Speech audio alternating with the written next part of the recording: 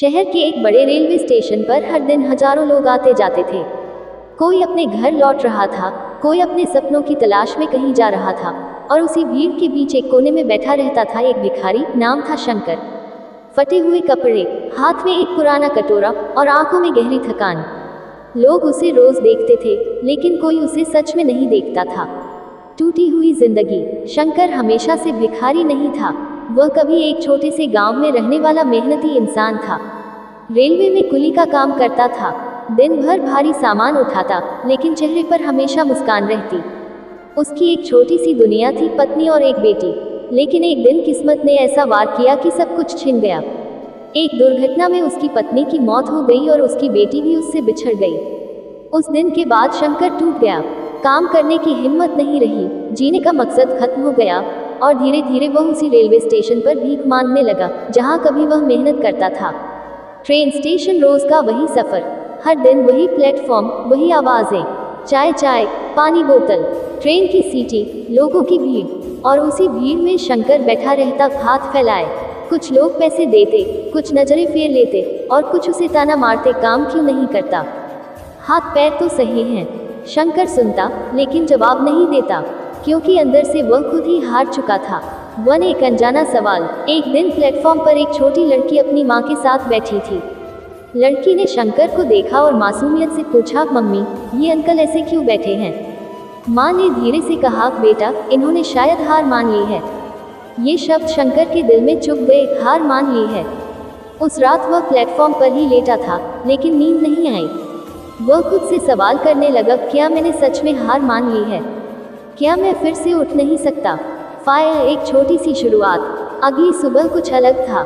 शंकर ने पहली बार अपना कटोरा उठाया और उसे किनारे रख दिया। वह प्लेटफॉर्म पर खड़ा हो गया।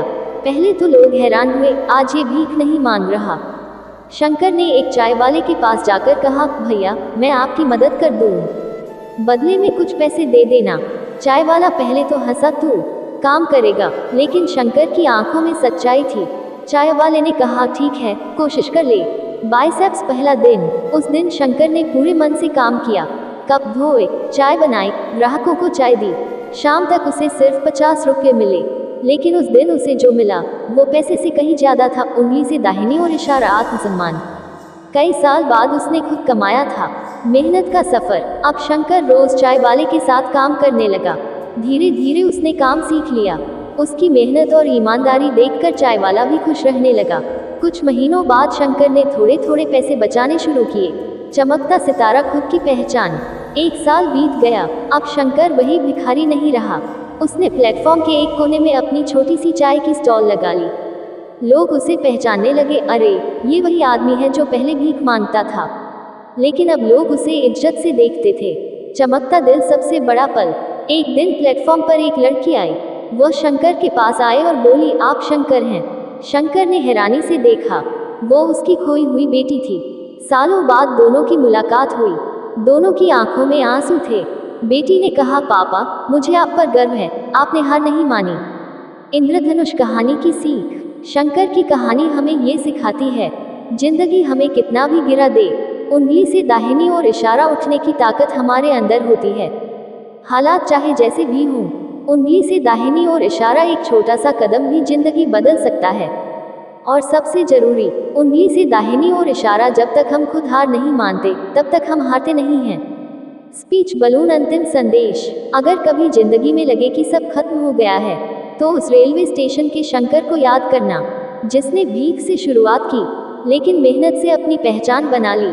क्योंकि असली जीत वही है जो खुद को हराकर पाई जाए।